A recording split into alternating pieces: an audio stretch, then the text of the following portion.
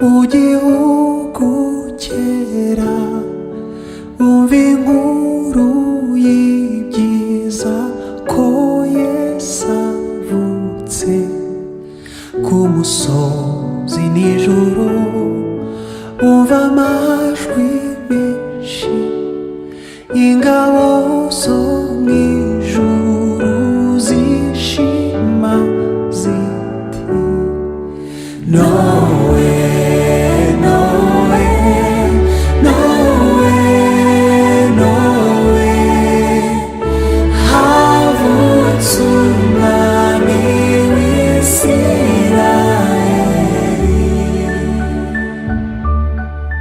Mu gihugu cya kure hari abanyabwenge bahishurirwa ikintu cyabatangaje. Babonye ikimenyetso cy'inyenyeri nini kibarangira aho Yesu yavukiye. Nowe, Nowe, Nowe, Nowe, havutse umwami w'Isirayeli. Nuko Imana iberetse ko Umukiza yaje, bajya wari uwo mwanya ngo bamusenge. Baramupfukamira bamutura ibyiza by'izahabu n'icyome n'ishandi nayo. Nowe, Nowe, Nowe, Nowe, havutse umwami w'Isirayeli. Natwe tumusanga ubu n'Umukiza wacu, yaje aciye bugufi kubwacu ababi. Nyuma ku musaraba yaradupfiriye, aduhongerera ngo tutarimbuka. Nowe, Nowe, Nowe, Nowe, havutse umwami w'Isirayeli. Nuko tumushimire ko yatuvukiye, tumuture imitima yacu imenetse.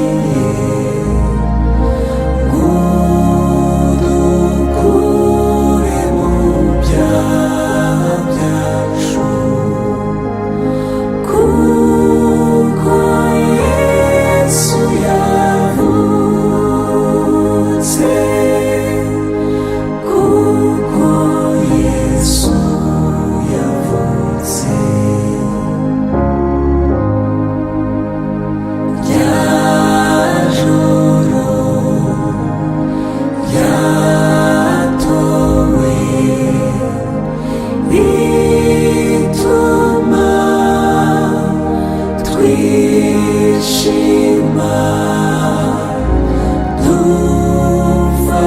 dufatanye nabo mu ijuru kuririmbira kana Yesu tutishimye mukiza